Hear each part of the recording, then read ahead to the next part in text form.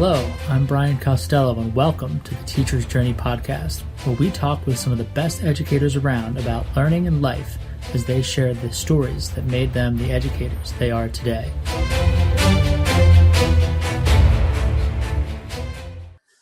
All right, welcome back, everybody. Welcome again to another edition of the Teacher's Journey podcast. I'm here tonight with Mari Venturino. She's a teacher in San Diego, California, doing some pretty incredible things with her kids out there and some great student leaders. Really excited for her to tell us all about her story tonight, tell us about how she got to be where she is, and some of the interesting, exciting things she has going on now. So welcome, Mari. Thanks for joining us and being willing to share your story. Thank you for having me. It's awesome to be here. Yeah, so I had the pleasure of meeting Mari almost 2 years ago at ISTE in Denver, right before she went to the Google Innovator Academy. And I'd be honest that Mari's discussion of it with me when we met was one of the things that inspired me to apply to the Academy and actually got me interested in going to it. It was one of the best experiences I've had as an educator. So I do have to start by thanking you for just, talking about it and making me excited about going, because all of a sudden after that I had to apply and I was fortunate enough to go. So really awesome. So yeah. That's so cool. I remember that conversation too before a session. So that was really nice. Absolutely. So as I do with everybody else, we're just going to start right at the end and then jump back to the beginning now. So right at the beginning, at some point, when did you realize, I'm going to be a teacher, like teaching is for me? What was that moment like for you, or that time in your life? I think it was always kind of a thought. I think it runs common with many teachers, like, oh, I always knew I was going to be a teacher. I grew up teaching my little brother and playing school and tutoring and doing summer camps. But I think the distinct moment in my head when I was like, oh my gosh, this is what I'm going to do, was at summer camp. Every summer I went to band camp because I'm that kind of nerd. And it was right, the best kind of nerd. This one time at band camp, this is actually this one time at band camp story. This is a great way to start off. All right, let's go. It is. And my best band camp friend and good friend in high school was also redheaded and played the flute, as did I. And so, just all fits better and better. Right. No, but this was such a G-rated camp. It wasn't that kind of band camp because it was run by our school district. But it was a moment I was leading a sectional rehearsal with other flute players. I think they were middle school, early high school age, mostly girls. And it was this moment where I made eye contact with one of the head counselors, and it just dawned on me, I love teaching. I love working with kids. I love working specifically with this age group. And, it's a moment cemented in my head, picture perfect memory that, yes, this downbeat right here, that's when I knew that was for me. Pretty incredible. So, and you got to have those experiences, throughout high school and working with kids and getting a chance to know that was for you, which is, I definitely had that moment. It was kind of like a one shot deal where I knew exactly it was for me, but I was so much later in life. It was just kind of a totally different piece. I was in a school. I worked in a school that day. It was the first day I worked in a school. And it was just, this is amazing. I need to be here. And I almost, some parts of me wish a lot of things, turned out well enough as they did that I had known that long before, but it's so cool that you had that experience. And then, so in high school, you knew, right? By the time you graduated high school, you kind of knew this was for me. So it was actually my second year in college when that was the realization. High school, I kind of had an idea teaching or pre-med, something science and kid related, but I think I kind of followed. A lot of my good friends were planning to be pre-med too. So I think I just kind of followed the herd mentality of I'm a nerd. Science is fun. I should be a doctor because that's what everyone expects. Yeah, well, there are other nerdy professions that scientists or that we nerds could do that are not doctors. I knew doctor wasn't for me. That much I had nailed down. I don't think I can handle all that. I think it would have been fun, but maybe. But hey, a different kind of fun, yeah. Right. I think my logic was be a doctor, have a lot of money, no time, or be a teacher, have a lot of time, no money. But that time thing, Yeah. I laugh Can there because, be some, yeah, yes, a lot of time, right? yeah, where? Seriously. So you're in the middle of college then, and you realize like you kind of finalize this going through college, going through, through teaching. Do you have any like experiences when you were in college that kind of helped shape who you became as a teacher, or was it just kind of standard, got through it and then got myself to the classroom? I was lucky that UC San Diego had a really good teaching program. So I did a minor in science education, which got me observing in classrooms as an undergrad. And then the minor also was the exact same coursework as the first year of the master's program. So I was able to jump into the master's program as a second year student, which was common for that program. So it was really a 1 year master's credential. But I think really what shaped me as the teacher I am was being an RA. So I was an RA 3 years, including my year as a grad student. And I think it gave me a lot of confidence. It helped me deal with a wide range of people. And surprisingly, not to put down my students, but drunk college kids behave very similarly in terms of being irrational and needing clearly defined boundaries as middle school students. And I think that really helped me, as you know, Brian, but not everyone knows I'm an introvert. And so it gave me a lot of Mhm. confidence and helped me manage my need for quiet time with being around a lot of people, which as a teacher, it's constant bombardment. So you became So an RA for the single room, is pretty much what you're saying. You're like, I want the quiet space where no one's going to bother me. I go deal with everybody else, and then I can kind of be by myself. yeah, I think I saw it as a good leadership opportunity. And, I wasn't in a sorority or anything, but I saw it as a way to, I guess, make friends and build community with other people. So then college is over. You Were you able to get a job right after college, or was it something like? Because I know that's not always easy. No, it wasn't. My year as my year as a student teacher, that was the year that our district and as well as a lot of California schools had massive amounts of layoffs. So I watched, people 8, 9 years in get pink slips in March. And so I thought my job prospects weren't very good. And it was a little rough. I graduated on a Friday in the summer. So my program ended about mid-July, and the school district that I'd been working in went back that following Monday. So I actually got hired at 4 p.m. on Tuesday afternoon to start school at 8:15 on Wednesday morning. Wow, Um, that's a challenge, right? yeah, For any teacher, and not just a right. first year teacher. Yeah, and it kind of hit me in the face. I didn't really know what I was walking into, and so that year was definitely challenging for a lot of reasons. So that first day, I mean, you walked in, you probably were super unprepared, in terms of just being ready for everything that was going to come at you. Like, what was it like? I mean, was it excitement? Was it relief? Was it sheer terror? Like, what were you feeling when you walked into the classroom? You thought, this place is mine, and the door closed, and the kids are all staring at you, and it's like they're yours, and you have a responsibility for them now. Like, where did that take you? Um, I was definitely nervous, and there was another person whose job I was taking over, but she was remaining at the school, sort of as I don't want to say TOSA, but she had a different sort of role at the school, and so she had a very strong personality. So she was just kind of like, "This is what you're doing," and I didn't really have a time to think about my own teacher identity. And I quickly realized that the students that I was working with that year were very different than the students I worked with as a student teacher.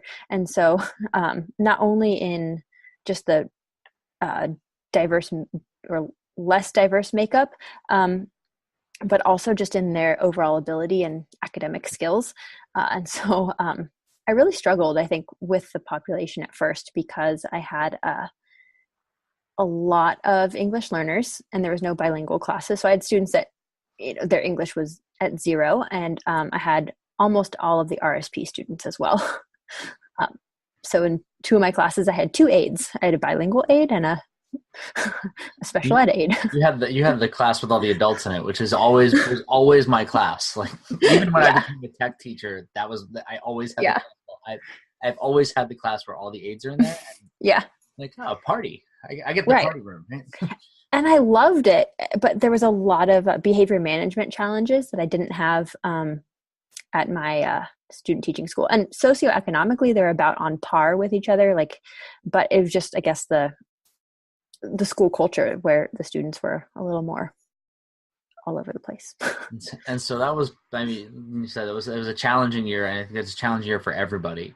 Mm-hmm. Uh, you survived it, obviously, and came out better on the other side. And you know, at what point in your teaching career did you think to yourself, I think I understand what I'm doing now. Like, this is not, I'm no longer pretending I know what I'm doing. I actually kind of know what I'm doing, at least more times than I'm pretending. Um, yeah, gosh. Well, I'm in year 6 now, and maybe year 5, maybe last year was the first time I was like, I could walk into my classroom and teach with no like lesson plan ahead of time. Like I could just wing it and things would be okay. And I think I credit a lot of that to, so after my first year, there wasn't really, like, based on class numbers, there wasn't really a job for me or a promised job. So I looked elsewhere and I got a job at my current school.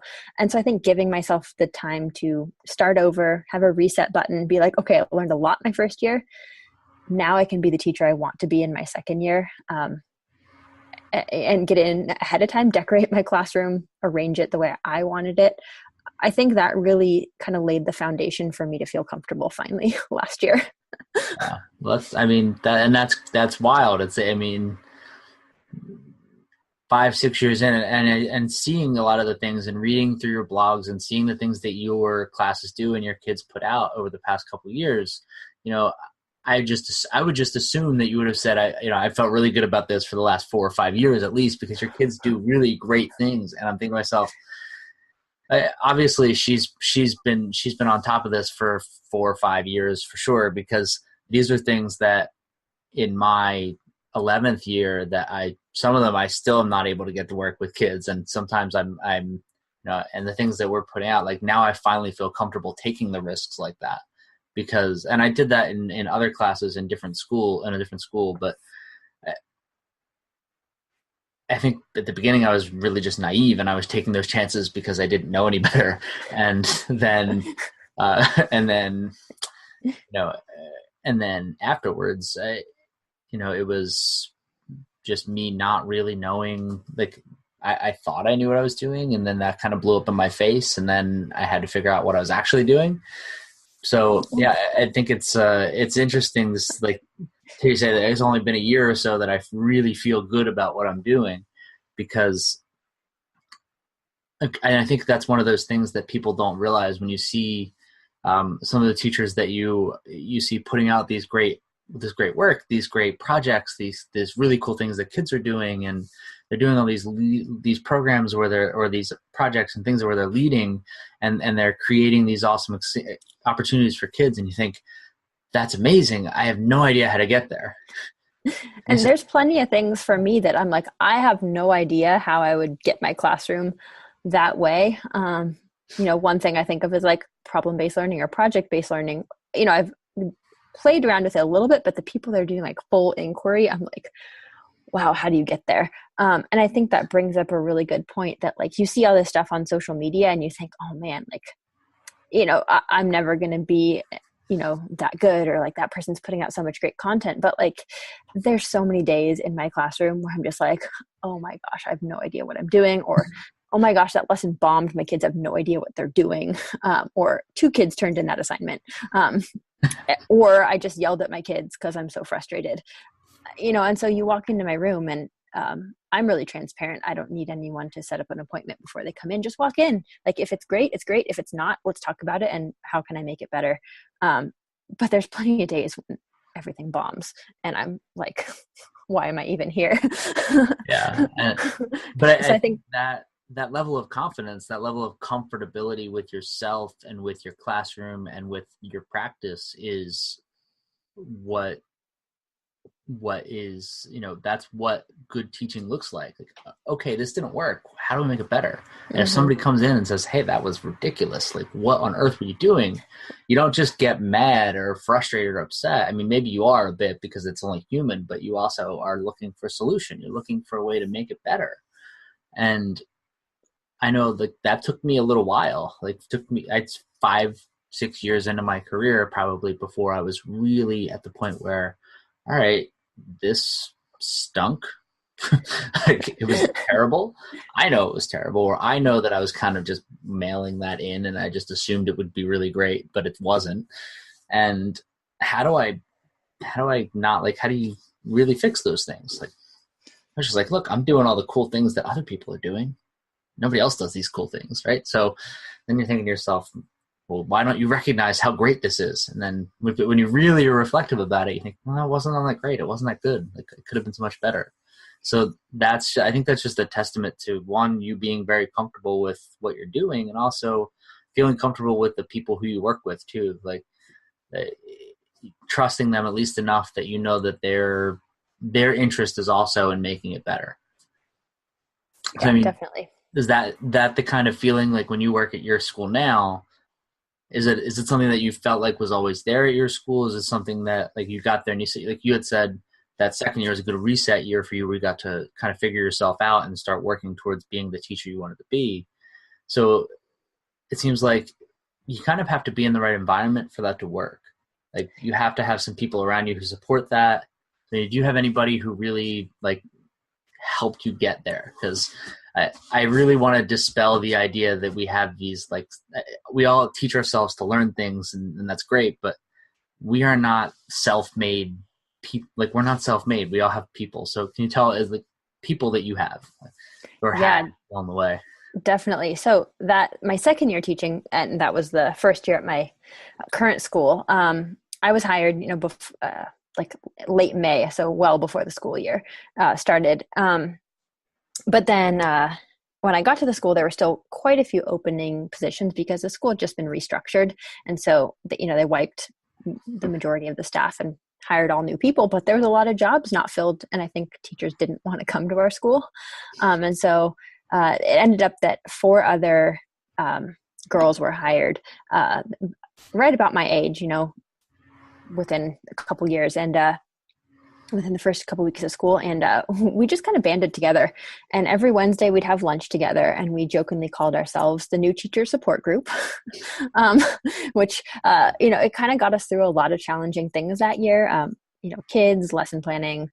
We invited, like, quote unquote, invited in some veteran teachers to talk to us about different things, give us advice. Our district almost went on strike. I think we were, within hours of calling a strike, because we had voted to strike. And so that was stressful for all of us, like not being tenured. And so having people come in and talk us through our rights and, how that would shake down and give us their experiences with previous strikes was really helpful. And so I think, not all of us have stayed close after that, just because we've been pulled in our own directions, and one has left to go to a different, to move states. But I've definitely stayed close and made some close friends that I can definitely rely on and have helped me. Yeah, that's great. I mean, it's great to have people in your building, and I like the idea that you had each other. So there's a handful of you that were new, and when you brought somebody else in, one, you brought them in for advice, which means you were picking them to come in. They were the person you asked to come, but also there were more of you, so you were kind of in a position of power where yes, you're getting things from them, but it's not like you're feeling like they're just going to tell you what to do. You're able to, because there's, you're in a group, you have that little bit of a group mentality of, okay, we would like this help. It kind of, I feel like that just lessens the stress, I guess, of reaching out to somebody and saying, I have no idea what to do about this. And I think Right. those are really great mentoring scenarios where, especially the strike scenario where how do I handle this? This isn't something they teach you in class. It's not something you learn about in your student teaching. This is a totally different thing. And that's really cool. So, yeah. So you've gotten the point now. You're still at the same school. You're in your sixth year, right? So, what is it that you would say that 6 years in, every day I get up, I come to work. What makes you want to get up every day and come in and do the things you do and learn new things and try new things with your kids, even when they might not work? I think just inherently, I love to learn, which is maybe why I love to be a teacher because it's constantly giving me a challenge, and just being able to impact students' lives and see the impact that I can make. It's really tangible when you can have those conversations with students or you can encourage them, especially the ones that struggle. I'm definitely attracted to and like drawn towards the girls that struggle. Just seeing them, I have I guess a harder time relating to the boys because it's harder to go up to a 12 or 13-year-old boy and be like, "Do you want a hug?" Yes. And it's funny because some of the kids that hug me the most often are my boys, and They definitely probably get the least hugs. right, and the side hugs, and and it's cute when they like. I had a kid last year that every day after class would give me a hug, and it was the cutest thing. And if he forgot, he would come back later in the day and be like, "I forgot to give you a hug." But I think just the girls, like you can see they're upset, and with friend drama or stress or whatever, and I can just be like, "Do you want a hug?" And I think them knowing that they have an adult on campus that cares, you know, it reminds me why I'm there because I can give that to them more so than I can teach them science.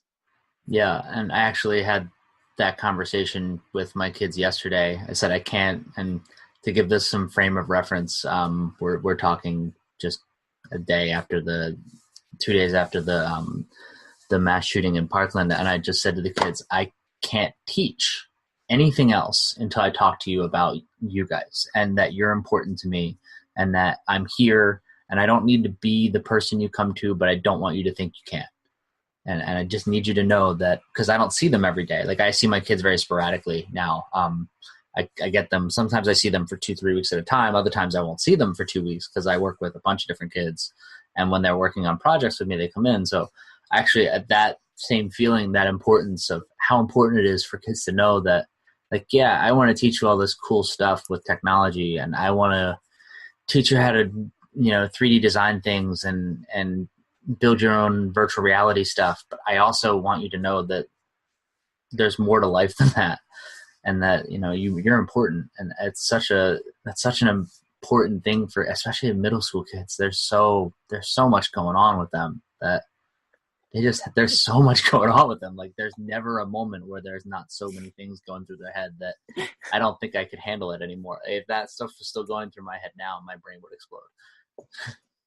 Yes. So, absolutely. Yeah, definitely. Love that, you're taking that perspective because I think that's especially when you get into upper level grade levels and it's content based. I think that a lot of the times the kids lose that level of caring and feeling. So definitely kudos to you for making sure that's important in your classroom and that your kids know that that's happening. So what I want to get to now, and this is kind of the piece where most people are like, no way. And I really, it's not a question that most people feel comfortable with. So I want to know about how do you think of yourself as a master teacher? Well, I had a student teacher last semester and I got to be a guide teacher, which was, the official title. And so I think I have enough expertise to guide another teacher through the process of becoming a teacher. I think I have the ability to be reflective and to be open and transparent with like, there's a lot of stuff I do that sucks. So let's make it better together. And as you're making your teaching better, I'm making my teaching better. And, but I don't think I've arrived and nor do I ever think I will. But I think I have enough expertise to say, I know what I'm doing on most days. And there is the circuitous answer that every really, really great teacher gives. No matter how awesome I think the person is, that is the answer. It's like, no, I'm not there yet, but I kind of know enough about what I'm doing to help other people know what they're doing, and I definitely screw things up sometimes. And there's nothing to show you how bad you are at teaching like having a student teacher. Oh yeah, and she still thinks I'm great. So thank you, Amy. That's the beautiful thing is they don't know any better. So but the problem, like I had, and I've talked about this before, but I had a student teacher, and we had after her lesson, we had a meeting, and I'm like, "You're doing this wrong and this wrong and this wrong." And I said, "And I know exactly why you're doing it. This is because all week long you watched me do those things, and I was doing them wrong too." And it really does. It gets you. So, with your student teacher experience, you brought a new teacher into the profession by helping them grow and learn. So, what was that like? What was your goal? Like, so you chose to take a student teacher, which means one of two things to me. It means one, you really care about helping new teachers come in and do a good job and become good teachers, or two, you really wanted the tiny stipend that they give you, or the little keychain that they might mail you, or whatever it is. So I'm gonna stick with number one on this one, because the keychain usually falls apart in 3 days, and or the notepad or whatever it is that they're mailing out these days. I think now it's the little stickers that you get, little pads that you can stick on the back of your phone, so you can stick your cards in. I think that's what I got the last time. So what was it like? How did you go about trying to make sure, like, what was most important for you to have her learn about teaching? Or what were some of the really important things? I think I would have totally flailed this I know you just interviewed Doug. And so plug for Doug's book, The Classroom of One. This is not because Doug paid me to do this. It's not paid advertisement. Check is in the mail. Right? He's That's holding where a check. You can't see it on the screen. that's where my stipend went. I see. No, really, he was just about to publish it when I was like, oh my gosh, Doug, I'm getting a student teacher. Help me, help me, help me. So he may have sent me an ebook copy for me to review ahead of time. But that was really a lifesaver. Honestly, the things that Doug said in that book was the practical knowledge that I needed. So the first thing I did, I read, maybe half of the book. And one of the things he said is, get a notebook so you can write to your student teacher. So I was like, okay, I'm going to Target now. So I bought her this notebook and I wrote her this, full page letter, like how I was excited to welcome into our room, and like I was excited to learn with her and guide her through this process, which was awesome. And she still talks about it, and she's like, I had my mom read it and everything, because her mom's a retired kindergarten teacher. And so that was where I started. And then I think Doug's advice of like the big rocks and little rocks, where big rocks are really the big things to work on. So the first big thing we worked on together was classroom management. We didn't talk about lesson planning. We didn't talk about engagement so much. We just talked about classroom management. Here's how you get kids to do what you want to do without yelling and screaming. And so that was our first big rock. And then we moved, into lesson planning and all that. And I just went by how Amy wanted to learn. She was really gung-ho and she wanted to take on more lesson planning and grading. So as she asked for more, I gave her more. And I just talked to her for an hour today, and we were talking about her experience. And, she was saying that she's at a new placement this semester, and she feels so prepared because of the work we put in together. Because she wanted that responsibility, and the stuff that she was doing first semester is stuff that some of her cohort mates are doing for the first time this semester, like full control lesson planning. Shocking to me. Like, I know. Well, I took hear those things. I took copious notes on her, and I took Doug's idea of a likes and suggestions column. And then I had an other column for those squirrel moments of like, remind me to tell you about this, or, but I think like the debrief there was helpful. So the last 2 weeks of last semester, I didn't really enter my room at all unless I forgot something, just to give her that practice of being by herself with her kids. And she's like, that classroom management that she had nailed down, she feels so comfortable this semester with her classroom management because of that experience. So, I think like, thank you, Doug, for helping me through being a guide teacher for the first time. But it really also made me reflective on scrutinizing every single decision I made in my class. And then like moments of like teaching the class she observed and turning to her and be like, oh my gosh, that sucked. Help me fix it right now. Right. But remember that much differently than it happened, please. The first day she observed, like the first moment we were doing a KWL, but it was a whole class KWL on Google Docs. And my first period was a great class. And then all of a sudden I had kids writing swear words in it. And I had to stop, and I was like, oh my gosh, this is so embarrassing. You're watching my class and I'm having to address these major behavior issues. Well, but It that's turned out such a good okay. thing for her to see though, because Yeah. and this is one of when I had a teacher, and she had this great lesson plan, but there was just some minor, and there weren't like clear minor flaws in the procedure, but as soon as it started happening, I could see where it was going. It was going with the janitor hating me and me needing to, purchase them some sweets. So it was just kind of like, all right, what do I do here? And I was like, hey, you know what? I'm gonna let her go. I'm gonna let her do this thing, because you got to see it. Like, sometimes it's gonna suck. Like, so it's just gonna be bad. And what do you do, right? That's so important. And that's not just important for student teachers. That's important for all of us. It is gonna be bad some days. Some days it's Right. just gonna not work. Yeah. That thinking on the fly. And, I always equate it to when we first learned to drive, and it depends on your driving experience, but the first time been behind the wheel of anything other than a boat was when I was 15 and a half, doing driving practice. And I remember the first time I drove, it was like 5 miles an hour in a parking lot, and I thought I was going on the freeway. And All right, check your flag. right. And that analogy for her, she's like, okay, now I understand why.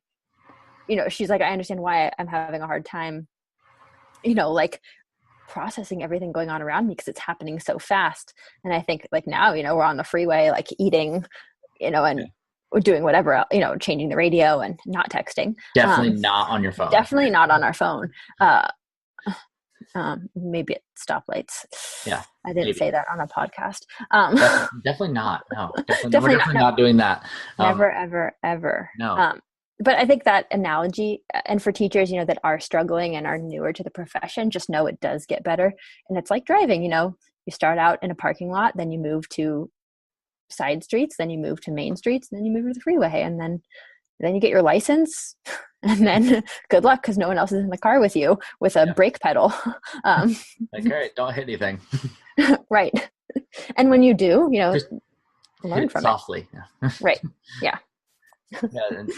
But that was, and I remember when my first year teaching, I had an observation, and my supervisor, she was the superintendent, principal, everything in the building. She was everything. She had all the jobs.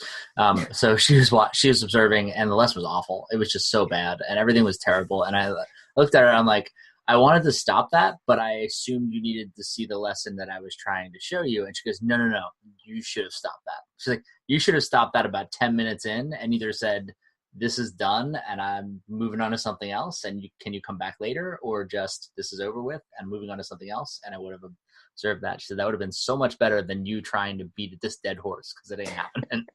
I was like, wow, I wish that I had known that beforehand, because this was awful. Every aspect of this lesson was awful, and it was awful right in front of you. Like, all right. So, but she was very supportive about it. She said, this is, you knew you needed to stop this. You should have stopped it. Like, if you feel that way, you've got to make the change. And that's such a hard thing for new teachers to do, is to feel it. And I like the analogy of the car and the freeway. I always thought about, like, I thought they had these massive problems to deal with when I was a new teacher. And now I look back at them and I'm like, those weren't really that big of a deal. There were some big deals, but not really. I mean, there were just some behavior issues and things that I had to figure out how to deal with.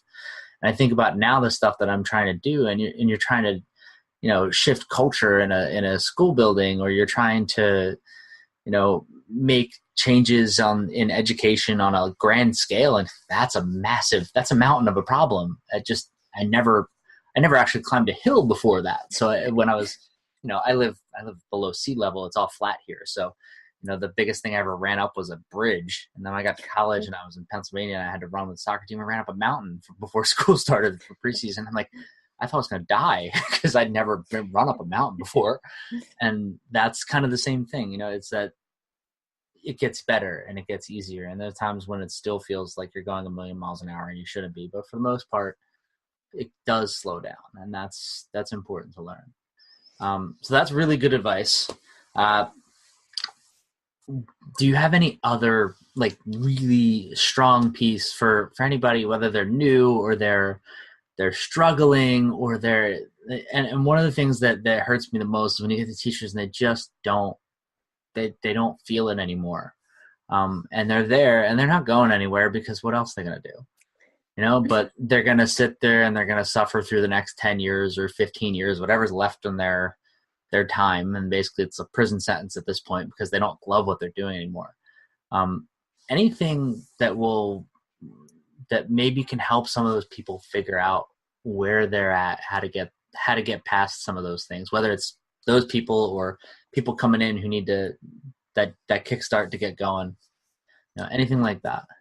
I think it's really important to have teacher friends on the inside and the outside. Friends in general are great, but there's nothing like a teacher friend that can really empathize.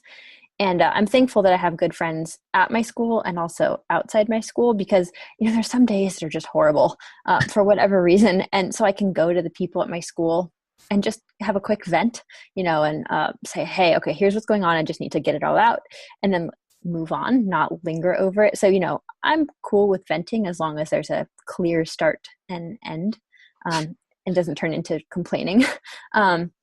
But you need to have those people that know the kids, know some of the situations, know some of the people that are causing stress in your life.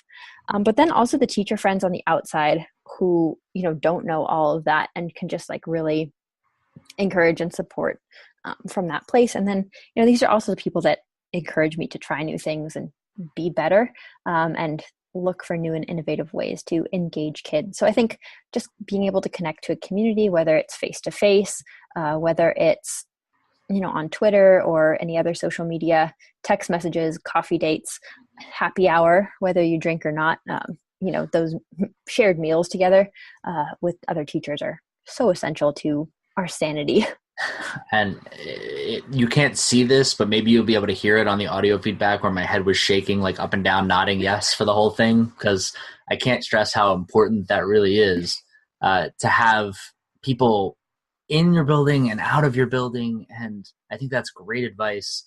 I know being kind of an oddball and being somebody who's sort of out there with my teaching practices, so the people look at what I'm doing and they're like, yeah, you're different. I clearly stand out and I understand that. So when I went into a new school last year, it took a little while for me to find people. Mm-hmm. There weren't that many people who was like, that's a person that I can go to and have those discussions with, because when you're new, you don't know who to trust. You don't know who to talk to. You don't know who's just thinks you're nuts. and so it takes a little while, but you really do need those people. So that's great advice. And Yeah. thank you so much for sharing it. And another practical thing too, to add to that, I'm lucky in California that the weather is generally nice here in San Diego. And if it's not, then I'm wearing 5 coats at 60 degrees, but that's a different problem for a different day. But I think getting out of your classroom for lunch, we want to be the martyrs. And I saw a tweet not too long ago by someone talking about, lunch being frantic and kind of making us into martyrs for giving up our lunch period. And this year and a little bit last year, I really tried to reclaim that time, and not have students in my classroom at lunch every day, and try to get out. And it started at once a week. Every Friday we'd eat in the school garden. If it was cold or the one rainy day, we'd eat in somebody's classroom. But just getting out of my room for just time with other adults, we found really essential. And now we're doing it a couple times a week where we eat lunch together. And I've seen that help my own sanity. Just not working through lunch, not eating at my computer. Yeah. That's I definitely should take that advice, because now I don't do schoolwork during lunch, but a lot of times I'll go over some personal work that I need to figure out, whether it's planning it out for the week or figuring out how it's going to lay out, or even if it's something quick I got to read. A lot of times I'll do that for my lunch. I'm like, that's my time. I'll do whatever I want. But I think about it, I'm like, I should just leave everything, because that really does sometimes help just to get away from. Because you said at the beginning, you said, I have time. You don't have time. Not when you're trying to do all the things that you're trying to do in a school and beyond the school, you run out of time. So I'm trying to think, how can I pack everything into the least amount of time possible? Well, if I'm eating lunch, then I can also be reading this and emailing this person and doing that. And I gotta step away from that sometimes because it really does help. Yeah. And I saw another tweet with a study, and I can't remember it. So I'm going to misquote it, obviously, but it was talking about, the disconnected lunch of the like not, working through lunch and how that's really beneficial and does make us ultimately more productive. And so Yeah. I'll take it as an excuse to Go give me back eat some lunch time. outside. Yeah, Yeah. that sounds Yeah. wonderful. It really Maybe in is. a few months when it's not 30 degrees outside, I will be able to go eat lunch outside.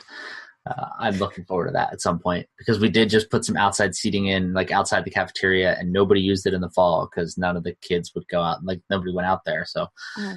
it's And like, see, all right, we I'm, can't, our kids can't even eat in the cafeteria. There's no place for them to eat indoors. yeah. Well, the schools in California and schools in New Jersey are built very differently to begin with. Yes. Like when you say my building, I'm like, which building? I have The like giant one that a, looks like a Game of Thrones castle. That's my building. right. And mine's buildings plural with no interior hallways. Yeah, well, it'd be pretty rough with no interior hallways when it was about 8 degrees like a month ago. It would have been pretty bad. But I'll pass. yeah, I Yeah. would have passed if I could have. It was not the right temperature for human beings. But yeah,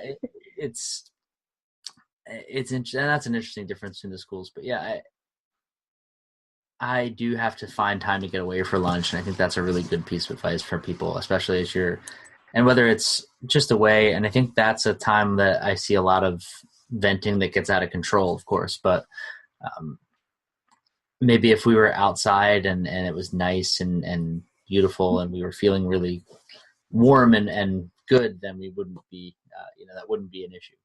And you can definitely put, practices into place, like, of, okay, go, first thing we do is go around and share something good that happened to us in our day, roses and thorns, a good and a bad. And it kind of sets the stage and the kind of the norm for these lunches are not out of control venting sessions I did unless have one. something really bad happens. And There then, was one year where at my old school where me and like three other teachers went into the music room and we'd eat lunch and then we'd play the drums.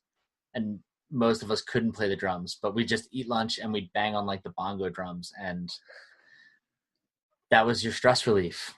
You just bang on the drums and laugh and talk and try to be positive, and it really did help. I think it helped not only us, but it helped us make a difference outside of lunch and the culture in the school. So definitely a good thing to do. I got to figure out a way to make that a thing for something like that for school that I'm in now, for sure. that's your Um, homework. yes, now I have homework. Oh man, now I have things to do. But you definitely made me think, so that's a good thing. At least I'm thinking now. So maybe by the time this podcast airs, I will have done something, take that thought and translate it to action.